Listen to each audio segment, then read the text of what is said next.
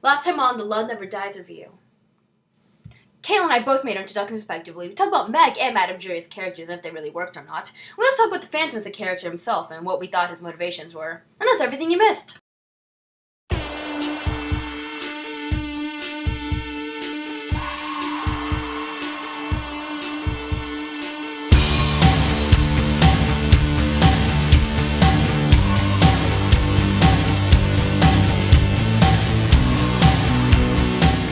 Okay, so let's talk about Ral.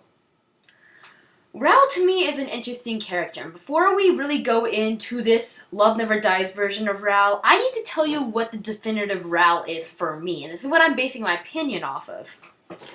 The definitive Ral for me is actually, honest to goodness, the Royal Albert Hall Ral, who is played by Hadley Fraser. The thing is, I never liked Ral as a character in not Love Never Dies, but in Phantom the Opera, until I saw the Royal Albert Hall version. Because finally, I got it. I understood how Ral was supposed to be played. As a likable character who, yes, he was sensitive, but at the same time, kind of badass. So, I got it. Nice guy, but a man of action. Finally, Hadley Fraser got it right for me. And then something happened in the Love Never Dies Ral, who was played by Simon Gleason. And the Love Never Dies Ral, he goes from being this really cool guy who is, again, has a soft side, but is strong, to being this totally abusive jerk face. And I got a few theories on that one. One of the theories of why Ral could be like that, number one, is because in the beginning, he might have been an abuser. A lot of abusers, and this is just me talking from a psychological standpoint, a lot of abusers tend to be really charming in the beginning and to woo a woman and be really good to them. And then, as soon as they have them in their clutches, they isolate them and abuse them, and they just snap, just like that. So that's one of my theories on Ral, is that the whole entire time, he could have been an abusive jerk. But again, it's hard to buy because I really don't think an abusive jerk would have it in them to sing one of the greatest love ballads of all time, All I Ask of You. So I have a second theory on Ral, that the Love Never Dies Ral realized that Christine didn't really love him, and didn't really need him in the way that she needed the Phantom, and so this led him to drinking and gambling and depression, and maybe he had a little inkling feeling that Gustav wasn't his kid. So maybe, yes, the events that happened in the 10 years and the realizations that came out of that, it's also what drove him to being a jerk face. So those are just my little two theories / opinions on Ral. And this is actually another character who, I guess one of the first characters of the Madame Jury that I don't buy. I don't think Ral could be like this. While I say that, I think it does work in the show as a standalone piece. If you haven't seen the Royal Albert Hall version of Ral, I think it could work. But that's what I base my Ral off of. So, no. To me, it doesn't work. I don't buy it. Kaitlyn, what do you think? I kind of agree with everything about Raoul. I don't believe a character that could sing All I Ask of You and be willing to die for Christine could end up such a pathetic scumball. Like, he's the perfect, he is the contrast of the Phantom. You're supposed to be rooting for the good guy, and in Love Never Dies, it's kind of hard to figure out who the good guy is. And I just don't believe that Raoul would have turned into that character. I think that they were just trying to make him into a bad character, to give the audience an excuse to dislike them and then say, Christine, you should totally leave Raoul for the Phantom. You made the wrong choice. Which she didn't. She made the right choice in the beginning. I don't believe that Raoul would have, I just don't believe he would have fallen that hard, and I don't believe that I'm supposed to root for the murderer. I kind of see it in the movie Andrew Lloyd Webber Raoul, only because he's kind of more stuck up in that version, and he didn't even notice Christine there before she sang on stage. So I kind of see it in the movie. I just don't think he would have ended up like that.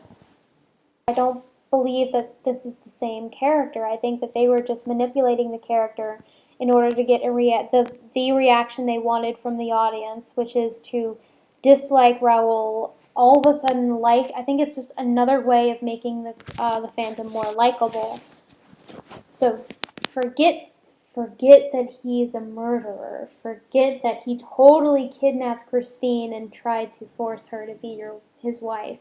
Forget all of that because she's now married to a drunk guy. I think it's just convenient plot twisting. Ladies and gentlemen, our thoughts on Christine Daae. I like Christine, I really do. But she's very one-dimensional. She is the same character she's the only one that I really feel like is the same character from the original musical. Her motivations are the same. She even has the same choice, Raoul or the Phantom. Everything pretty much stays the same, except now you have her child thrown in the mix, which surprisingly doesn't change a lot about her choices and motivation and etc., etc. Christine, I don't believe would have gone into the woods to go find her kidnapper, despite the fact that he is her angel of music. I don't think she would have gone, I'm assuming it's the woods, by the way, underneath the moonless sky. I don't know. It could have been on the opera house, the rooftop, for all we know, as long as it's underneath the sky. Point aside. Okay. I don't believe that she would have gone to find her kidnapper, despite how terrible and bad she feels. I don't think that she's brave enough to do it. I don't think that she doesn't confront anything. I don't think it's in her nature to seek out this character, especially after he let her go and set her free. I don't really know what her plan was, to be honest. It says she went to go find him because she was tormented by her choice. But plan to do what with him? Like, what was her plan? Was she just felt guilty, so she was going to go talk to him? If she felt that guilty about it, she would have confronted him a lot sooner. She would have talked to him. I guess you could argue that she now knew that he wouldn't hurt her after he let her go. I think it's a weak argument, to be honest, and I just don't think it's in her nature to go find him, talk to him, and then sleep with him. She's a highly religious girl. I don't think that she would have just slept with him. I just think that whole thing is a complete, it's against her character. I think it's against her nature. I think she wouldn't do it. And I just don't buy it. I think the only redeemable quality that I liked about Christine and the original thing, the only thing that I really, really liked about this character was no matter how bad she felt for this guy, she still left him because it's what she needed to do. She realized, you're bad for me. You make all the wrong choices. When I follow your lead, you kill people in my name. I have to leave you. You're always going to be inside my head. You're always going to manipulate me. She's leaving an abusive relationship. No matter how bad she feels for this guy, she obviously has compassion for him. She obviously feels bad for it. But the only empowering thing that she does for herself is leave him. And they couldn't even give her that. They took that away from her. They said, nope, no. You can't empower yourself. The man leaves the woman, not the other way around. So they took away the only empowering thing she did for herself was leave this abusive guy. And in Love Never Dies, they completely threw that out the window and said, nope, she finds him, sleeps with him, and then he leaves her. I'm not happy about this, by the way. I don't like that whole arc.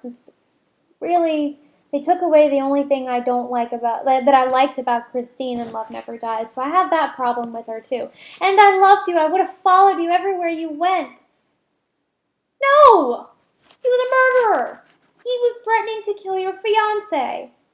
No! Well, that's how I feel about it. I was very disgruntled at the very end of it. So that's how I feel, but knowing Erin, she'll probably love it, and it was probably her favorite thing in the entire world. So, how do you feel about it? Actually, I agree with you. Awesome. Well, except for one little thing.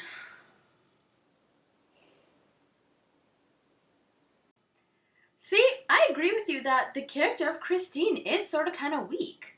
Like, no, I don't like the fact that they took away the only strong thing about her. But on the other hand, the thing that I disagree with you about is the fact that she wouldn't have gone to him. See, the character of Christine, I think, is so weak that she would let her emotions toy with her instead of using her mind and logical brain words, and she would go to him. And she would, kind of fall into the, oh, you were my mentor, you were the first man I ever was attracted to kind of, idea. And I think she would have ended up kind of sleeping with him. And I don't like admitting that because that makes me really sad inside that this character that by the end of the first musical was a strong woman became this manipulative little poor woman, I guess. I mean, it's very tragic. But I think she would have gone to him. I think they would have slept together. I think she would have let herself get into that position, religion or not. And also, kind of on that note, yes, the Phantom left her because he didn't want to hurt her. And that's all I have to say about that. Now to talk about costumes, a bird theme, and a no-face Phantom. So really quick, I actually wanted to talk about the costumes in Love Never Dies. And honestly, I thought all of them were done very well and seemed to match each character. Like Madame Giry's costumes, they were dark and simple and kind of matched her brooding nature with the costumes from Meg. Her dresses were more plain and almost kind of went along with how she was literally a background thought, a background character to Eric, where Christine was always dressed in these beautiful, gowns or dresses with lace and jewels and lavish colors, and that represented how, in Eric's mind, Christine was a jewel. Also, Eric's costumes were always very nicely tailored to him. That's all I'm going to say about that. But also, Ralph's costumes fit him, and just, oh my gosh, everybody just looked gorgeous. I loved the Carney Trio's costumes. They were fabulous. Just everything was wonderful and over the top, and I liked it. And also, there was this one scene, kind of near the end of the show, where Christine is singing her big aria, Love Never Dies, and it's beautiful and amazing and gorgeous, and she just comes on wearing this just amazing peacock costume. And, well, it's not a costume, it's more like a dress. It's actually a really strong bird theme in the story, visually, the design-wise. There was a lot of bird themes in it, and that was one of them. What? There was a theme of birds in Love Never Dies. Wait. There was actually a bird theme? No, there wasn't a bird. There was visually and the design of it, there were a lot of birds. I'll explain. There was in the very beginning with Meg Giry, with one of her first dance numbers when she's dancing, she has this all of the dancers and her and their "It's Only for You" scene. they're all dancing with these little, like, these really, really cute costumes, and they have these, like, weird little bird skull things on their heads, and they're obviously cute little birdie. They're supposed to be bird-like. And I think it's a really good analogy between Meg and Christine. We can't all be like Christine. I think it's a really good analogy because it's you see all of these other little birds and everything, and Meg Cherie, she's kind of just, she's a little cute bird, but she's just kind of like this little frou-frou little thing. And then you see Christine in this beautiful peacock dress, and it's gorgeous, and this like big, the background is the whole peacock, and it's that, I think it kind of fits them very well. You see this kind of like smaller little bird, and then this little, but then the peacock and the gorgeous one, and but I mean, if you watch it, there's a lot of stuff with wings in this show. There's the little bat costume of Miss Fleck. There's that big winged creature in the Beauty underneath, where it's like half human, half creature, and there's wings on it. And there's wings on the little fair. It just there, if you can pick out a lot of winged, flight-like, bird-like creatures in this thing. And So, I guess there's a bird theme in Love Never Dies now. Didn't know that. But there's also another thing that I noticed that is kind of overlooked in some reviews. so I would like to know, why did they make the choice to not film the Phantom's face once it was revealed? I'm thinking maybe it was a makeup issue, but I really think it was a choice not to do that, and I was really disappointed that I never got to see his face. Especially, he kind of, it might be because the first time he took off, okay, he was without the wig, so he's just in the mask, and he's confronting Christine. How could you think I wouldn't know?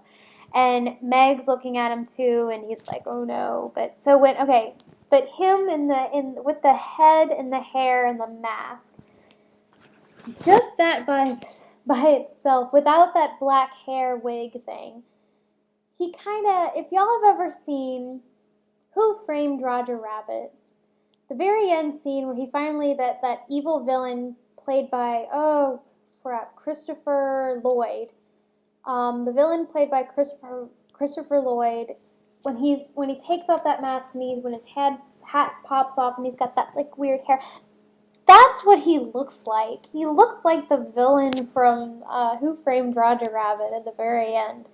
I guess it's just like the long look, the head look, and the white hair, and he's really tall, and I guess it's that look, but I giggled the whole time, and so maybe that's why they didn't want to show the face, because it wasn't going to live up to the expectations of what the audience had for it, especially like when it's this close to your face, when the camera is like right on you. Maybe you can fake it for the audience, but I don't know. I would like to know why that they made that choice, because I think they made that choice on purpose. And now, oh boy, we talk about the ending. I hated the ending. I thought the ending was unnecessary. I don't think she needed to die to give a dramatic ending. And I don't think that a subplot character, Meg Cherie, should be the one to kill Christine, Christine is like the most one-dimensional character ever. Why would killing her, like, she's really the only good character in this love triangle now. Before, it was Raoul and the Phantom and Christine, and Raoul was pretty awesome. I always felt like Christine should have been a shade of gray, where Raoul should have been a shade of white, and the Phantom should be like a shade of black. And I felt like that kind of was explained the whole problem. In Love Never Dies, Raoul is all effed up. The Phantom is all effed up. You don't get whether he's supposed to be the evil antagonist, but you're rooting for him anyway, and he's still the better choice over her husband, and whatever. They messed that whole system up. Now Christine is the pure, white, innocent, good character, and then she dies, and then everything's bad. There's no good. The only good character is Gustav, but he's not in this love triangle, so I don't think he should count. So I don't believe they were trying to make this epic love story about love lost in the end and how she died always loving him. She died in the man's arms that she always loved. But I just don't think it was there.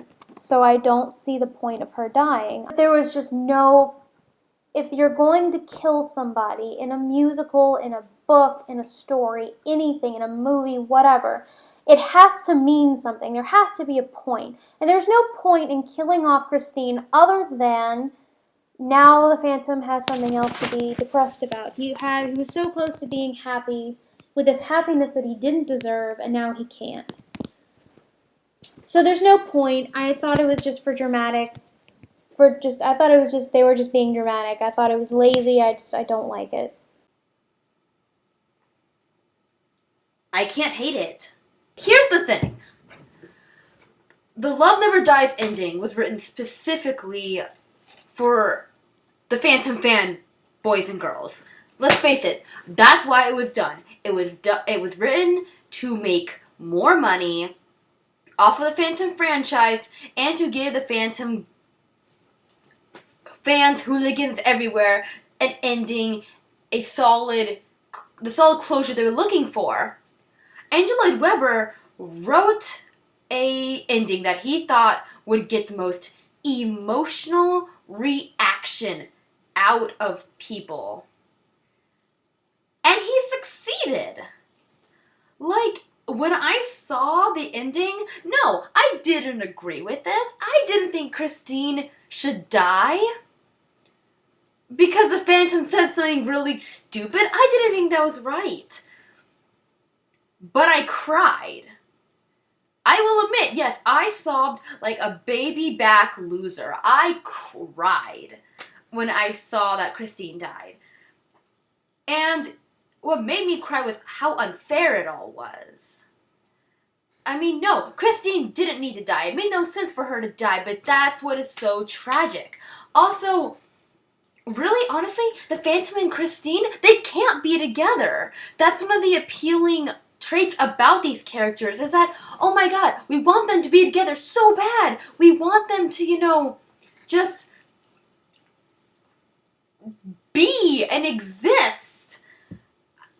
And fate doesn't let that happen. The Phantom is a character that embodies loneliness. He is the epiphany of what it is like to literally live your life in solitude. If you have Christine and the Phantom be together, that ruins the Phantom's purpose as a character. So, I guess to put it simply, Andrew Lloyd Webber wrote the show and wrote the ending strictly for emotional reaction. It tries. I gave it that emotional reaction, so it succeeded. Therefore, I cannot hate it because it succeeds in what it is trying to do. And now, finally, is it worth seeing the show?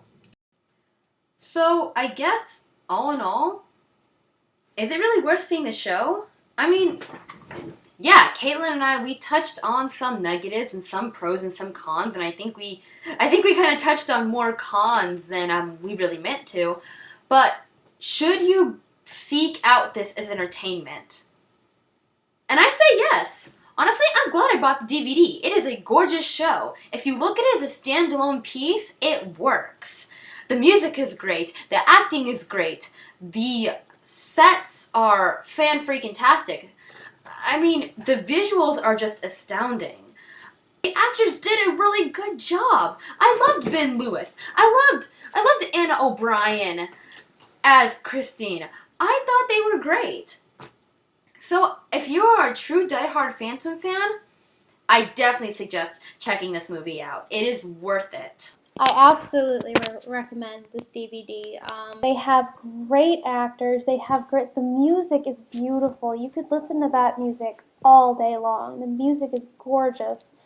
And really, to be honest, the only plot points that are iffy are only really, really obsessed Phantom people would have issues with it. But, I mean, I'm the most critical Phantom fan probably there is. And I loved it, and I watch it all the time, and I think it's gorgeous, and visually I love watching it.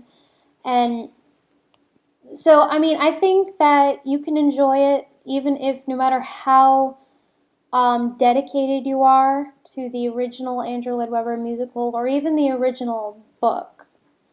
No matter how dedicated you are to any one of these things, you don't have to be dedicated, so dedicated that you can't enjoy this musical, because it's a fantastic musical. It really is.